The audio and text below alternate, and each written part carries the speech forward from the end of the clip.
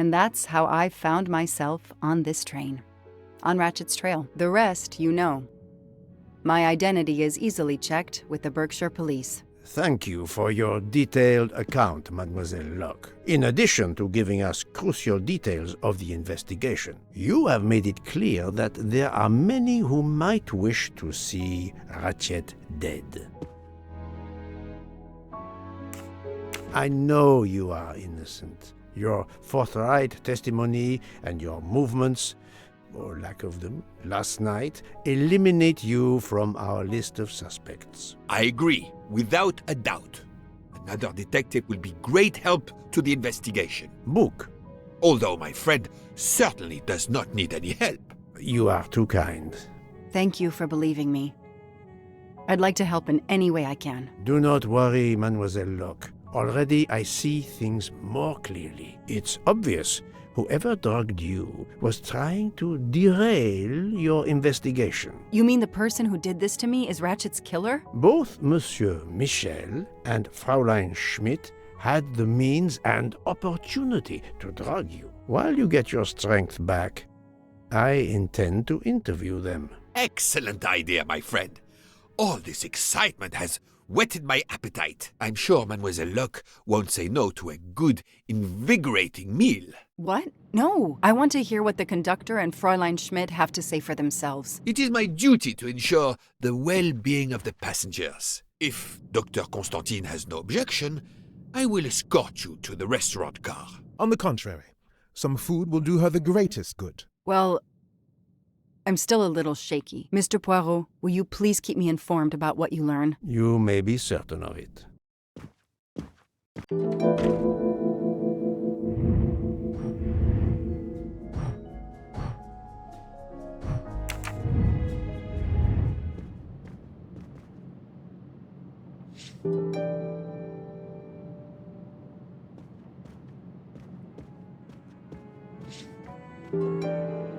All that snow. Are you familiar with the concept of entropy, Monsieur McQueen? Oh, Mr. Poirot, I didn't see you. Entropy? Randomness in a system or something? Yes, unpredictability. Even the best laid plans can go astray, thanks to something as simple as... An unexpected passenger? perhaps, or snow.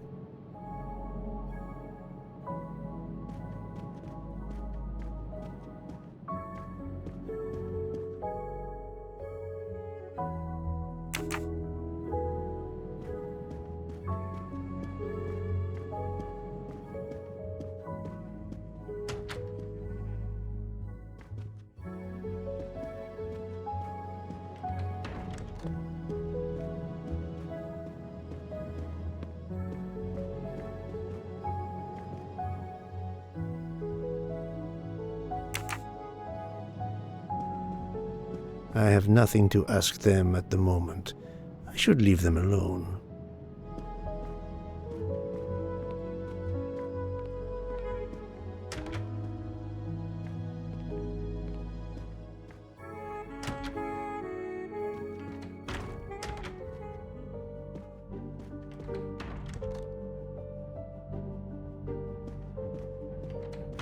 Good evening, Fräulein Schmidt. May I disturb you for a moment? You asked so politely, mein Herr, but I do not think I have a choice.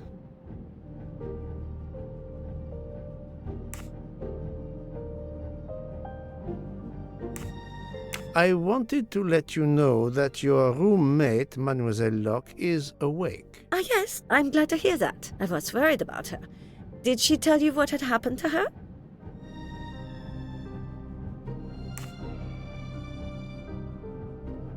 Unfortunately, she doesn't remember much, but we found a residue of a sleeping pill in her cup of tea. Since you two were alone together in your room when she drank it, who else but you could have dragged her? Must I point out I do not make the tea on this train? You should question the conductor or the kitchen staff.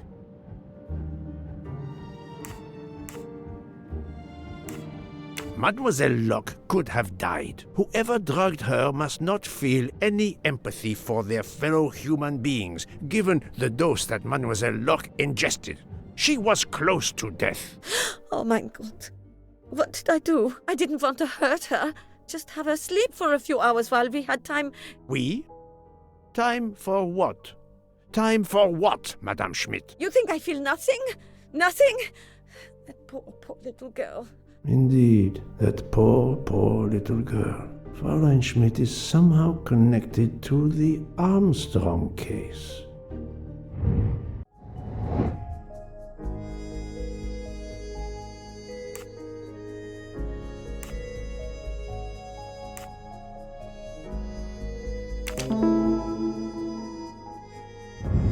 Et voilà.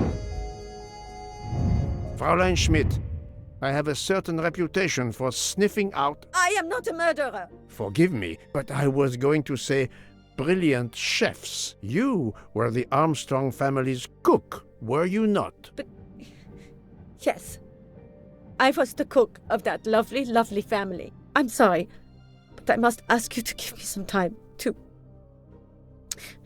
collect myself. It wasn't supposed to be like this, my darling, my poor darling child. I will give you that time, Fräulein. You have given me much more in exchange. I must check in with my other suspects to make certain I have all the pieces of the puzzle in my possession.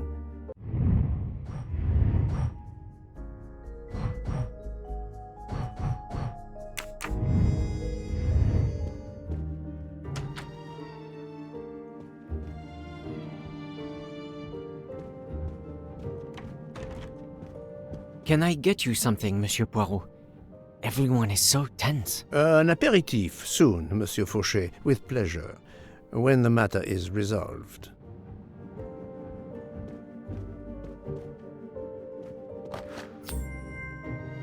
Ha-ha!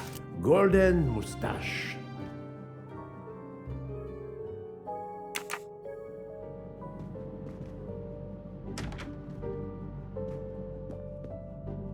Jean, you've mixed everything up again. Oh, I can't find the coffee liqueur for tonight's dessert.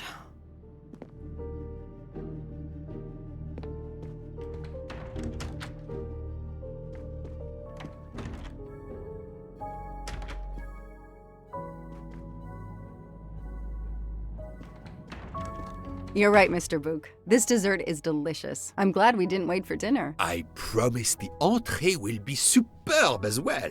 Detective Locke, you are recovering well, I see. Yes, I should be helping with the investigation. Do you know who drugged me? It is early yet for conclusions. When I return, then we shall see. Do not worry, Poirot. She is in good hands. Hotaru, Freya, and yours truly are looking after her.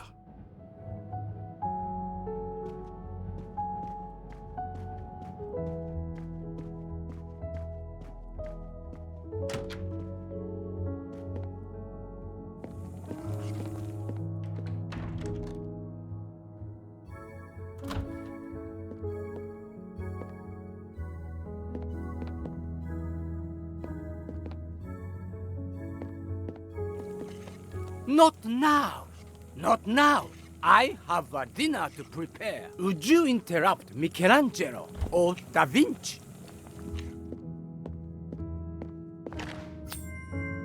Come to Poirot, my exquisitely sculpted friend.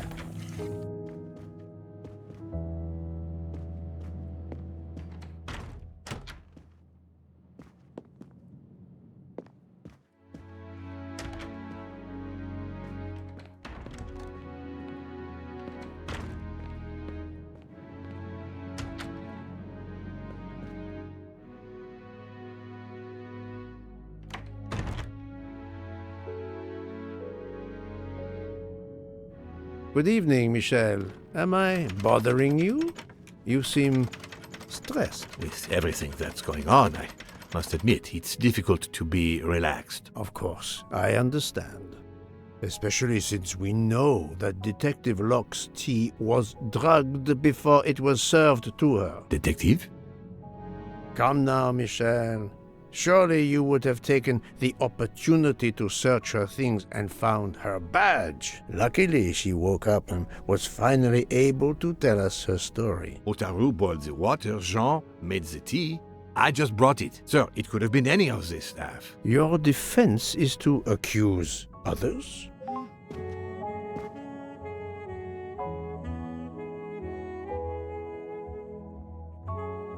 You have a network connection? No, unfortunately. It's just an automatic reminder to pay my rent. I always forget, and my landlord complains. Pierre Michel had to be involved in the murder. The drugged tea, his post at the end of the hall, and now I know why I know more than one of those people on the screen.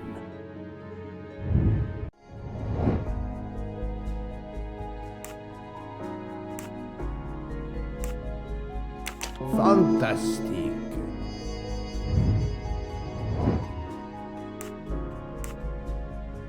Right.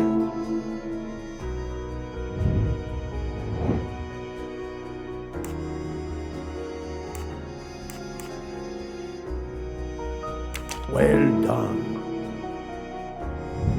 My little gray cells did not let me down.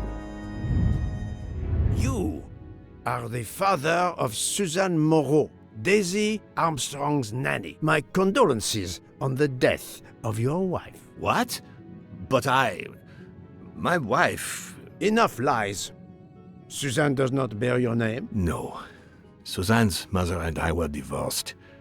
Suzanne kept her mother's name. My most sincere condolences, Monsieur Michel, on the deaths of Suzanne and your wife. This job, I loved them, but I was never there for them. Then, a year after the divorce, Solange became ill. Suzanne took her to this special hospital in the US. Got that job as Daisy's nanny. I understand your pain, and the reason that led you to drug Detective Locke. We really can't hide anything from you, can we? Many have been foolish enough to try and keep the truth from Hercule Poirot. Yes, I admit, I drugged the tea. But it was only to keep her quiet, until I could... But she reacted so much to the sleeping pills. She was lucky, as are you, that she didn't die. To be frank, there is one more thing that puzzled me, but I think I understand now.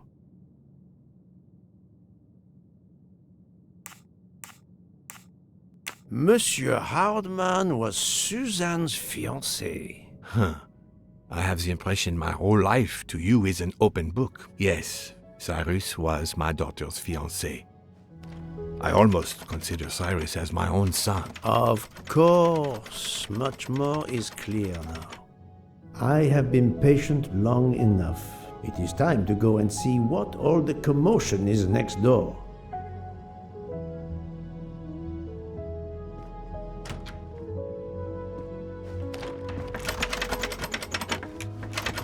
Monsieur Hardman, excellent. The gods who watch over detectives must have trapped you here.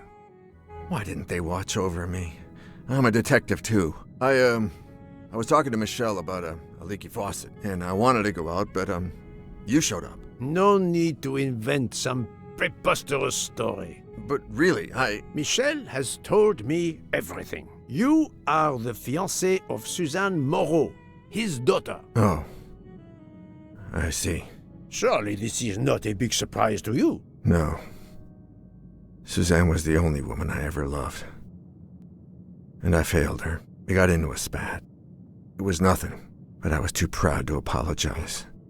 We weren't speaking at all. Suzanne never really cared for that guy Noah. She would have forgiven me. If only. If only. If only. A common refrain between lovers who quarrel. Obviously, Pierre Michel and Fräulein Schmidt both drugged Detective Locke's tea, causing the overdose. No wonder she had so much trouble waking up. Time to report my findings to her and book. Another golden mustache to treasure. I wonder if our master chef gets his recipes from a game.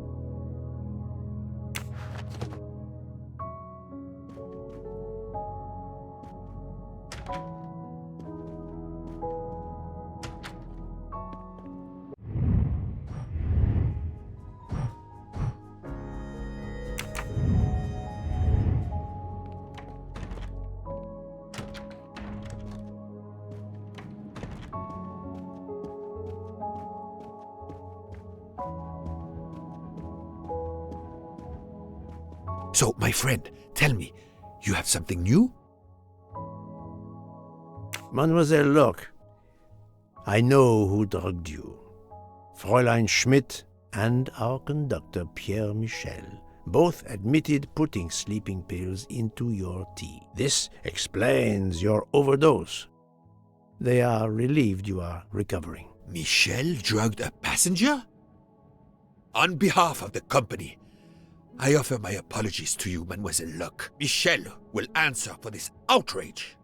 Both of them? I was pretty sure about Fräulein Schmidt, but I admit that I did not suspect the conductor. I have uncovered multiple connections with the Armstrong case. Pierre Michel is the father of Suzanne Moreau, little Daisy's nanny, and Monsieur Hardman was Suzanne's fiancé. As for Hildegard Schmidt, she was the cook of the Armstrong family. What a coincidence, don't you think? But it's incredible! What are the odds that so many people linked to that tragic affair ended up on the same train? About the same as you winning the lottery, my friend. I wasn't the officer who interviewed Fräulein Schmidt back then, so she couldn't recognize me here on the train. How could they know who I was? There were other passengers who might have. Or she may have seen you when you visited the Armstrong home. It is now clear to me that some of the clues to this elaborate plot were staged for my benefit.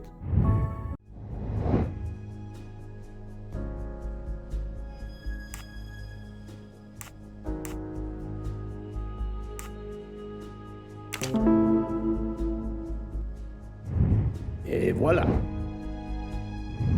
Some clues and information collected so far could lead to a hypothesis. The murderer boarded the train in Vinkovsky, killed Ratchet, and then left the train immediately. How did you come to that possibility? Monsieur Hardman told me about a short man with a high-pitched voice who threatened Ratchet. Imagine for a moment that this man, wearing a wagon-lit conductor's jacket, killed him while Michel was on the platform at Vinkovsky. This murderer then hid the conductor's jacket in Detective Locke's room, then fled before the train left. Why choose Detective Locke's room? Why, indeed. Let me re-explain from the beginning.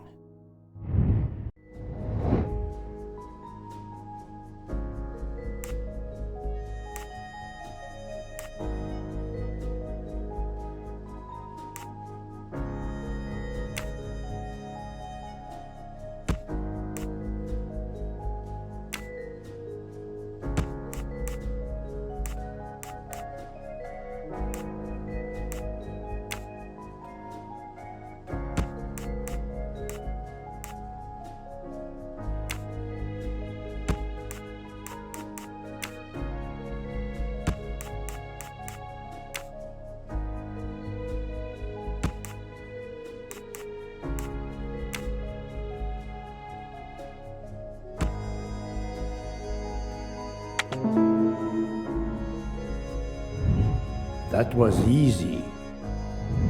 Mon Dieu! Oui! That must be it! Everything fits so well! It fits too well, my friend. Other clues lead to a second hypothesis, much more plausible.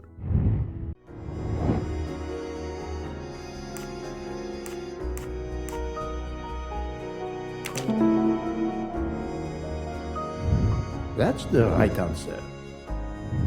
So, we have multiple murderers, all related to the Armstrong case. The murderer from Vinkovsky was a fabrication to turn suspicion away from those on the train.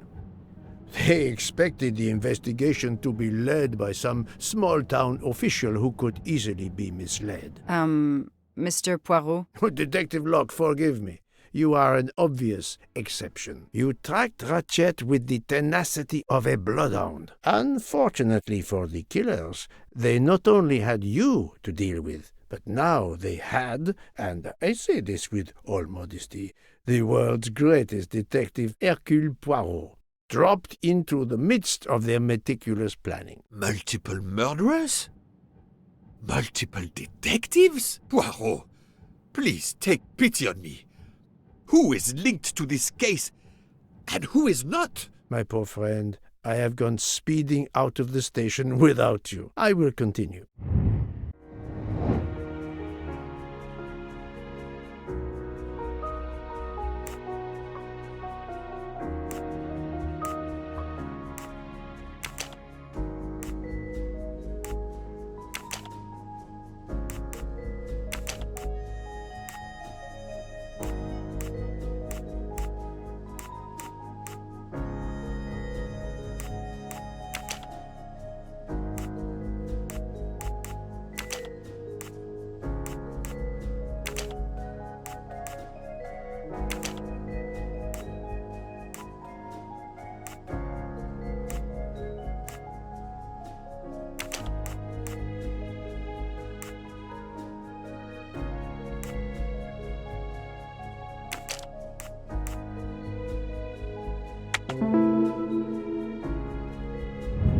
I'm right again. That happens to me a lot.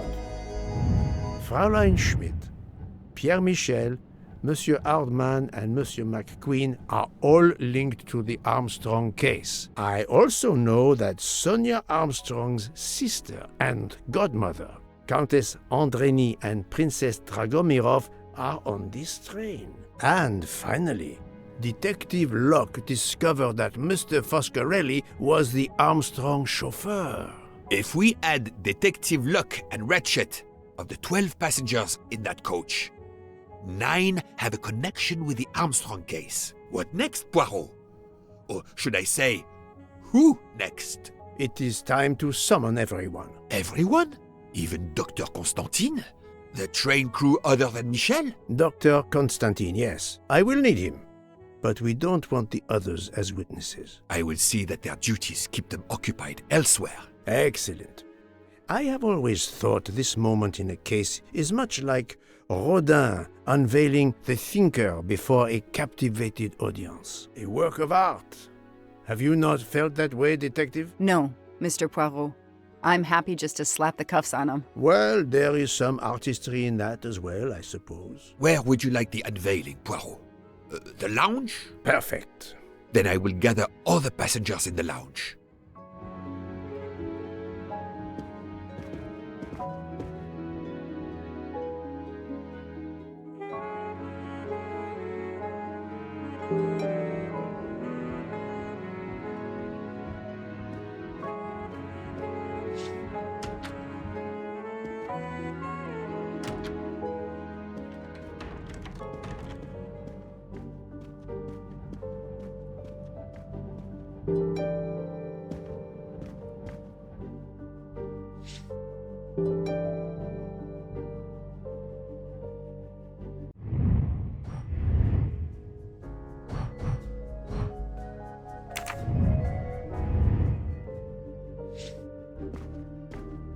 Monsieur Bouc, are the train crew locked in their quarters? Yes, they are.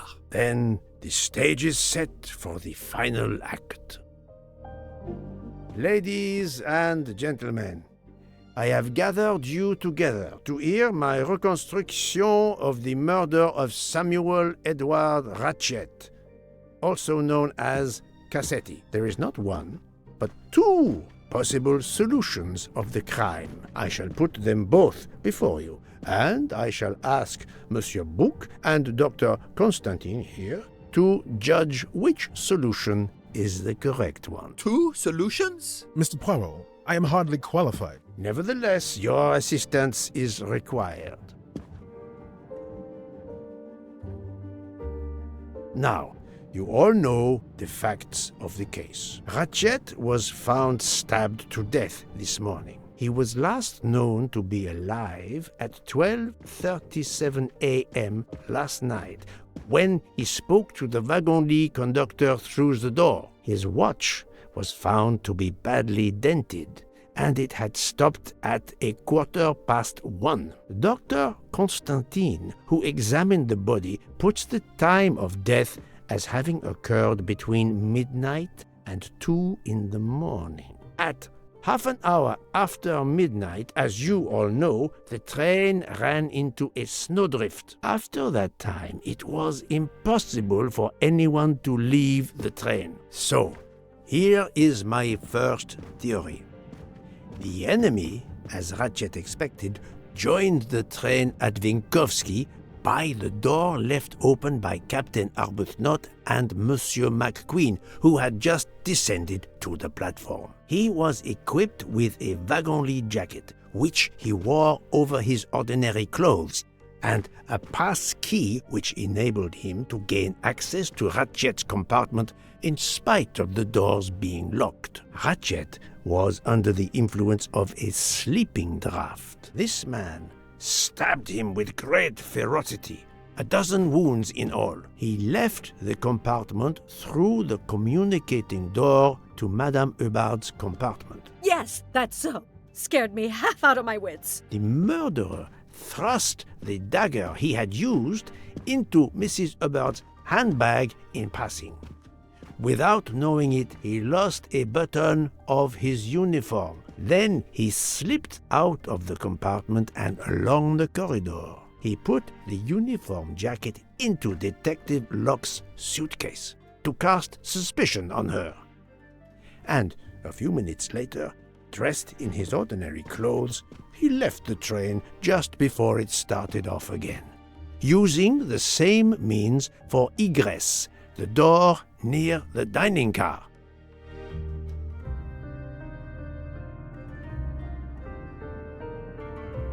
That is the first hypothesis. But there's a second. For that, we must examine the motive for the crime. Why was Ratchet killed? The motive is clear. Revenge, of course. Nothing was stolen, and we know that Ratchet had made many enemies. This was a premeditated crime, meticulously planned.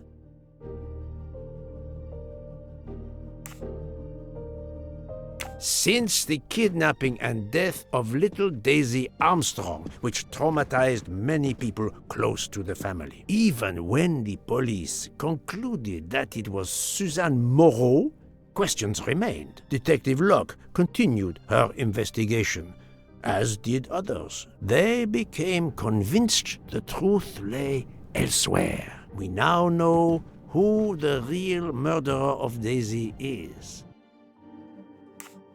It is clear now that Daisy's killer was Ratchet, also known as Cassetti and Michael Clark and how many other names. But of course, many of you have known this for a long time. It is obvious that the 12 stab wounds are not a random number. Dr. Constantine's analysis revealed that some stab wounds appeared to have been caused by a right-handed attacker. Others indicated the knife wielder was left-handed. Some wounds were deep, more than one fatal, yet others were not much more than mere scratches. What can explain these discrepancies? This leads us to an obvious conclusion. They are symbolic. 12 stabs. 12! The same number as a trial jury in the United States. But not just a jury of 12 members condemning him to death, but 12 executioners as well. This self-appointed jury had meticulously planned for everything except Snow. Snow. The avalanche that stopped us, as well as the presence of not one but 2 detectives on the train. They had to improvise, to hastily add clues and false leads. This woman in a red kimono does not exist. I don't know which of the passengers it was. It does not really matter. It was just a performance, a charade to introduce another possible culprit to muddy the waters. The time on Ratchet's broken watch was deliberately set to conceal the true time of the crime. The vial of vaping liquid incriminated Captain Arbuthnot. However, he had a solid alibi confirmed by Monsieur McQueen. Impossible then to suspect him.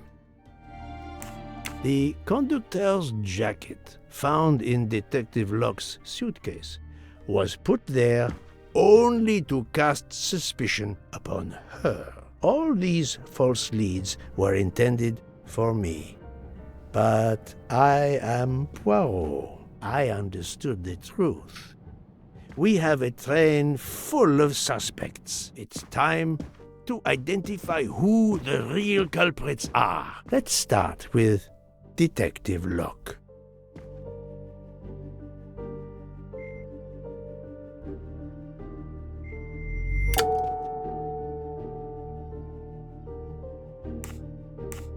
Planting the conductor's jacket in her suitcase was an attempt to implicate Detective Locke, but she couldn't fake her drugged condition.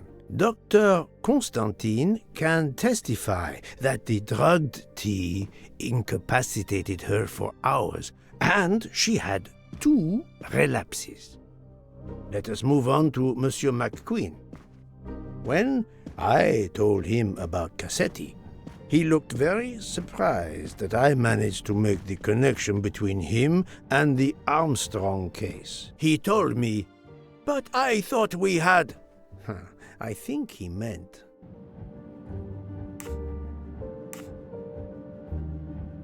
You thought you didn't leave any real clues linking the murder to the Armstrong kidnapping. Moreover, you insisted that Ratchet did not speak French when you knew I had heard a voice calling out in French that was supposed to be Ratchet.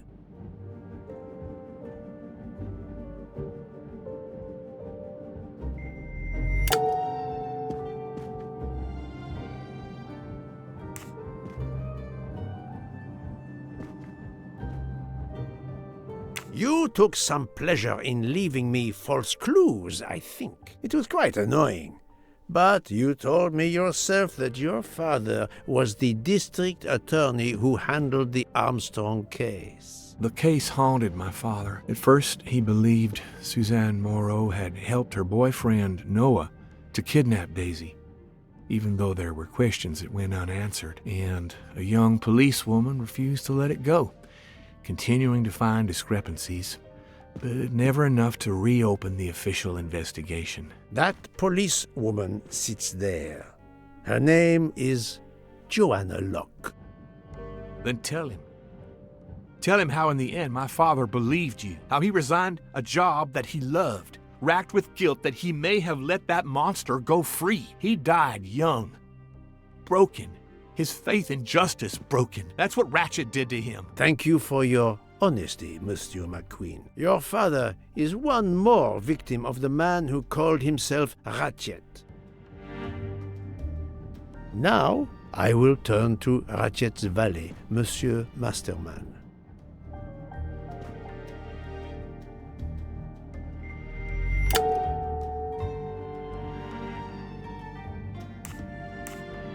Ratchet sensed danger close to him and naturally wanted to stay awake. You gave him sleeping pills without his knowledge. Once he was sound asleep, you could do what you had to do in peace.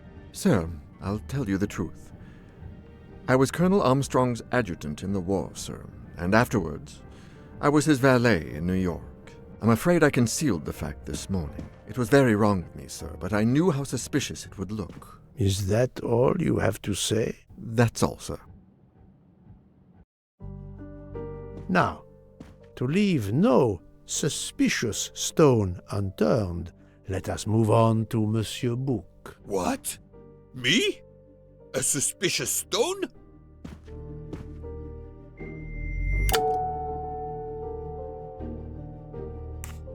Bouc, my friend, of course you are not guilty. You did everything you could to get me on this train. What madness would cause you to ensure, and I speak with all modesty, that the best detective in the world could be present to witness your crime. But doesn't our friendship count as well? Most assuredly, but a murderer can wear all sorts of masks, including friendship. Let us consider our ever-efficient wagon-lit conducteur, Pierre Michel.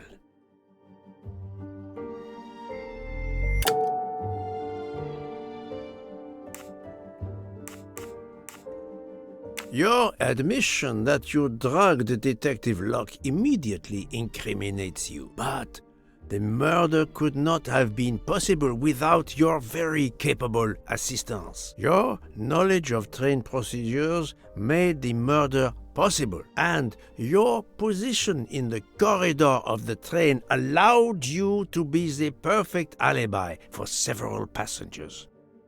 And your motive?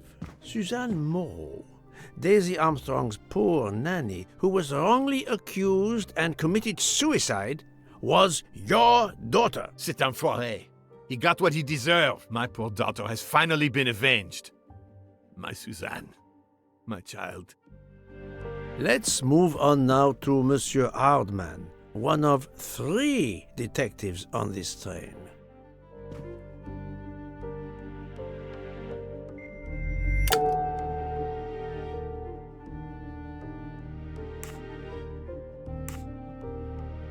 Monsieur Hardman, I think you are a real detective, but you were never hired by Ratchet. Your alibi was that you were watching the corridor to protect Ratchet, which, of course, you never did. You protected Pierre Michel.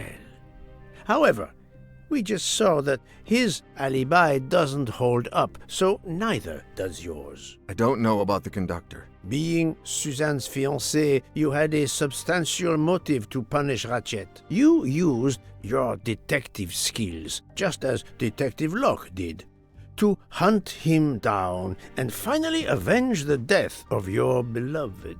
That's right, Mr. Poirot. I do have some detective skills. I never doubted it. Now, Fraulein Schmidt, the lady's maid with the soul of a cook.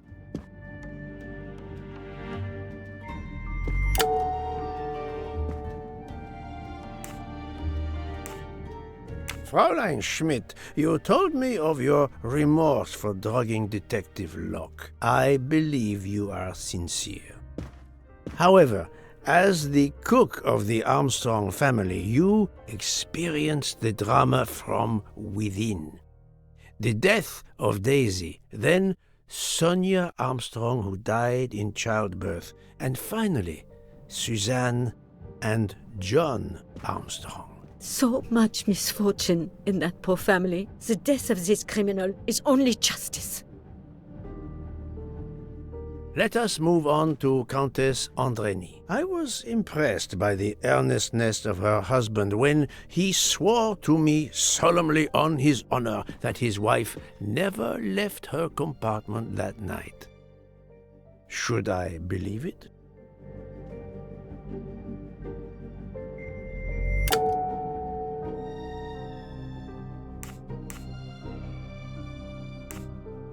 Countess Andrény, being Sonia Armstrong's sister, you had every reason in the world to want to avenge her.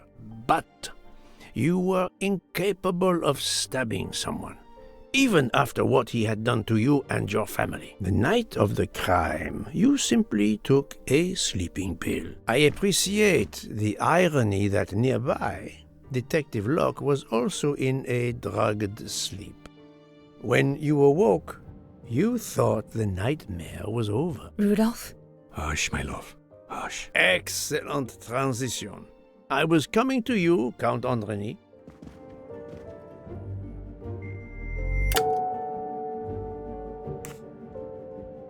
"12 people, a jury. This was very important to all of you. If Countess Andrény did not stab Ratchet, someone had to take her place. And you, Count, the beloved husband. I've seen how fiercely you love and protect your wife. Enough! I would do anything for Helena. Anything. Even that. Yes, even that. Let's move on to Monsieur Foscarelli.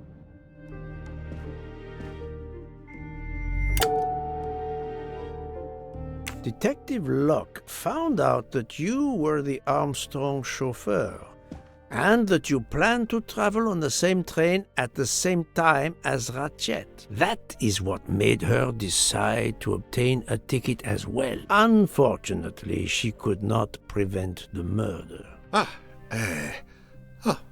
Have you lost your tongue, Mr. Foscarelli? Oh, Daisy. She was the delight of the house. Tonio, she called me. And she would sit in the car and pretend to drive me. And you, Mademoiselle Olson, a champion for the immigrants, a worthy calling.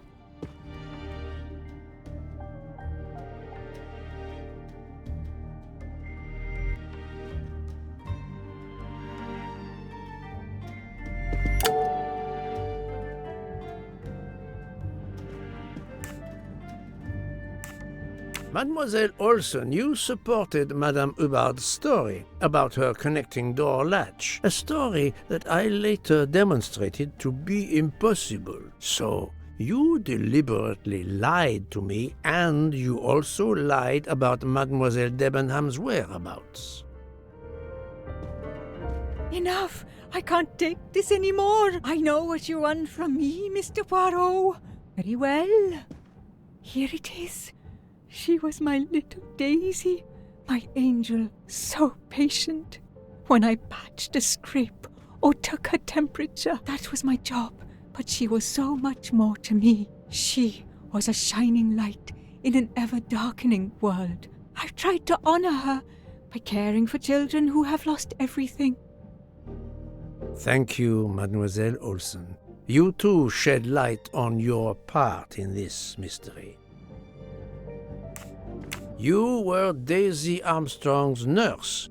I will ask you no more questions. It is enough that you have admitted what I know to be the truth, and I understand. Let's move on. Dr. Constantine. You suspect me? I know none of these people. I didn't know Ratchet either, and I've taken a solemn oath to help people, not murder them.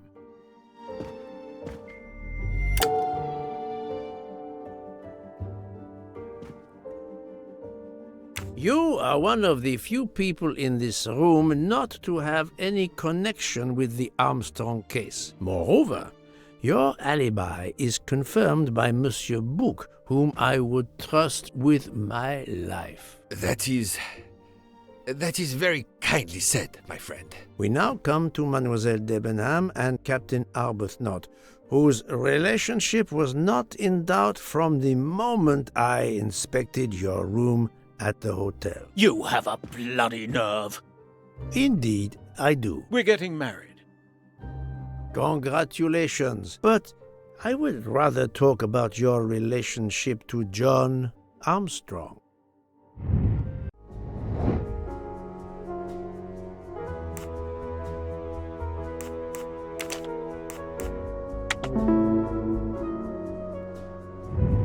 That was easy. Captain Arbuthnot, you served in the army with John Armstrong. What I don't understand is why a man your age is still a captain. One might expect you to be a colonel as well. Ever fought in a war, Poirot? It was war that first brought me to England. Then you know what it's like. There's a shattering sound, and death, and mistakes, acting on intelligence that proved to be wrong. I sent a patrol to their death. Good men, brave men, wasted. John testified on my behalf at a court-martial. I'm not a colonel. I don't deserve to be, you bloody fool. But I'm also not in prison. John remained my best friend until... There, you have my story. Understand now? Archie, calm down, please. You're right, Mary. What you see in me, I don't understand. Oh, Archie, I see in you what John saw. Miss Debenham, I'm sorry. My turn, is it? I'm afraid so. And you have caused me quite a puzzlement. Your connection with the Armstrong family was not obvious. Then I remembered the job you currently hold.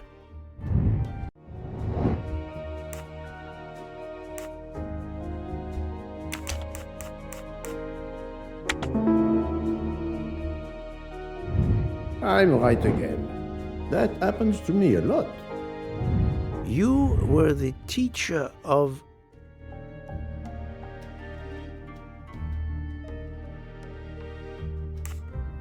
You were the teacher of Helena Andrény, whose maiden name was Helena Goldenberg before she married Count Andrény. Yes, absolutely. Why lie to you?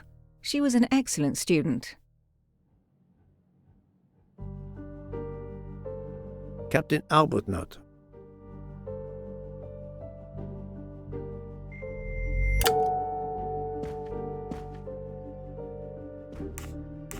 You had one of the strongest alibis, thanks to Mr. McQueen, but his testimony melted like a snowflake. There went your alibi. Poof! Unless you have another one.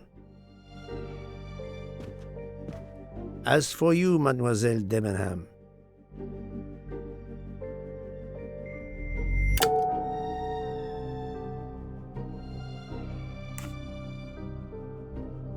Mademoiselle Olsen was the only one who could confirm your alibi. I think you know where you stand. Very good, Mr. Poirot. Are you satisfied? I will be soon.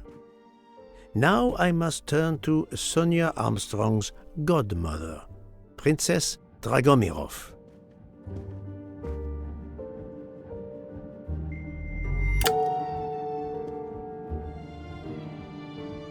Princess Dragomirov, you weren't on my list of suspects at the start, given your social position. I left my social position in a cold country. Do you object to being addressed as Princess? I deny people the opportunity. It makes a good story to tell their friends. It also guarantees a good table in the best restaurants. Princess, there is also, forgive me, your extreme physical fragility. It does not stop me when I must be strong. Indeed.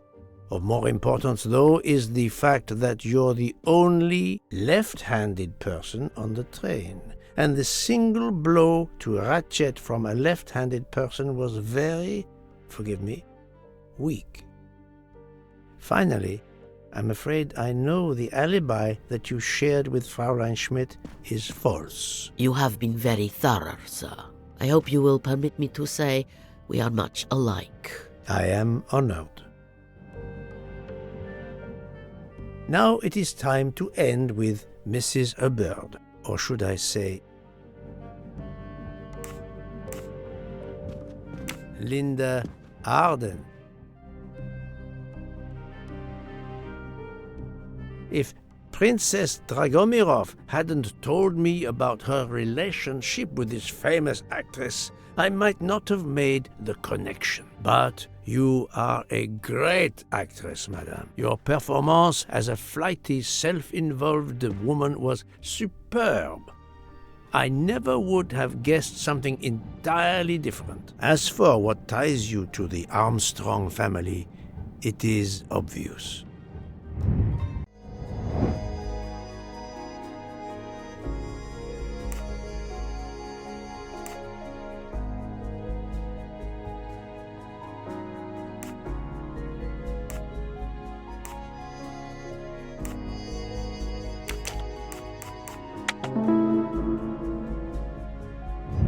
My little grey cells did not let me down. Mrs. Hubbard, you are the mother of Sonia Armstrong and Mrs. Andrény.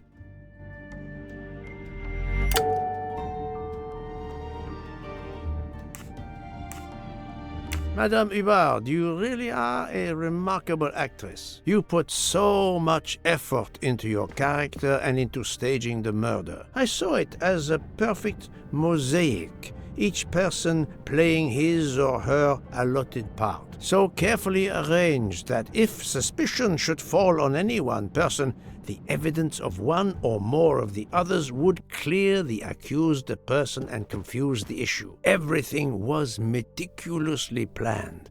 But you hadn't expected that Detective Locke and I would be on this train, and the avalanche would block it on the night of the murder. You had to improvise.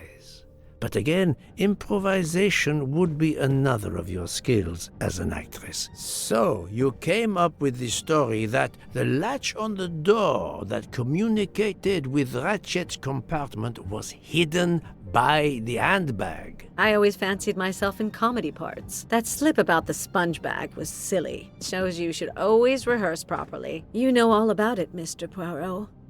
You're a very wonderful man, but even you can't quite imagine what it was like. That awful day. I was just crazy with grief. So were the servants. We decided then and there that the sentence of death that Ratchet had escaped had got to be carried out. There were 12 of us, or rather 11. Suzanne's father was over in France, of course. First we thought we'd draw lots as to who should do it, but in the end we decided on this way. It was the driver, Antonio, who suggested it. Mary worked out all the details later with Hector McQueen. It took a long time to perfect our plan. We first had to track Ratchet down. Hardman managed that in the end. Then we had to try and get Edward and Hector into his employment. Well, we managed that. Then we had a consultation with Suzanne's father. Captain Arbuthnot was very keen on having 12 of us. He seemed to think it made it more orderly. He didn't like the stabbing idea much, but he agreed that it did solve most of our difficulties. Well, Suzanne's father was willing.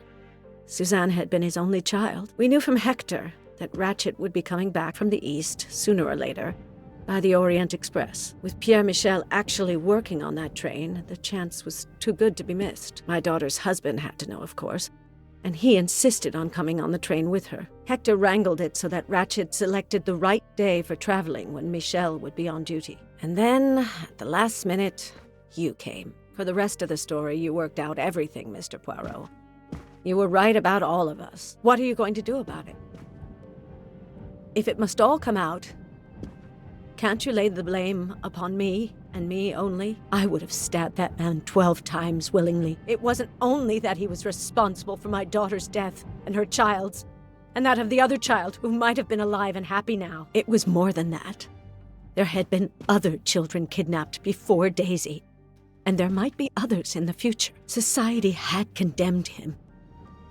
We were only carrying out the sentence, but it's unnecessary to bring all these others into it, all these good, faithful souls. You are a director of the company, Monsieur Bouc. What do you say?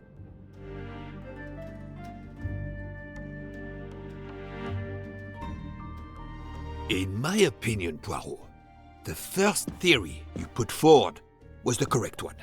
Decidedly so. I suggest that is the solution we offer to the police. You agree, Doctor? Certainly, I agree. As regards the medical evidence, I think that I made one or two fantastic suggestions. Then, having placed my solution before you, I have the honor to retire from the case.